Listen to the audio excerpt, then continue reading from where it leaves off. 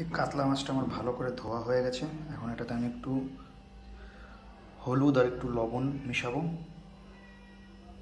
যে লাউটাকে এবার আমরা ভালো করে কেটে কুচিয়ে নেব।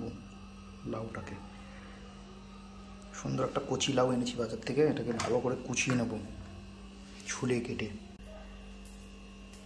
কড়াইটা ভালো করে গরম করে একটু সরষের তেল দিয়ে নেব এর মধ্যে, মাথা দুটো ভাজার জন্য যথেষ্ট। এক একটা করে মাথা ভেজে নেব। মাছের মাথাটা এবার আমরা দিয়ে দেব।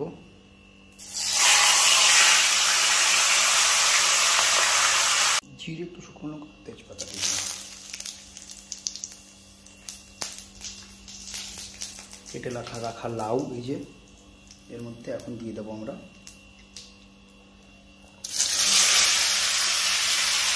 এই যে আমাদের মাছের মাথা দিয়ে লাউ ঘন্ট তৈরি হয়ে গেছে। এর মধ্যে আমরা দিয়েছি হলুদ, নুন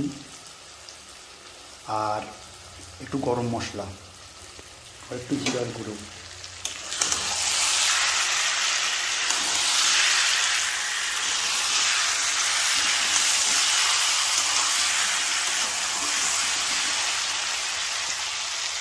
এটা আমাদের মোটামুটি তৈরি হয়ে গেছে। এর মধ্যে ধনে পাতা দিয়ে নামিয়ে নেব।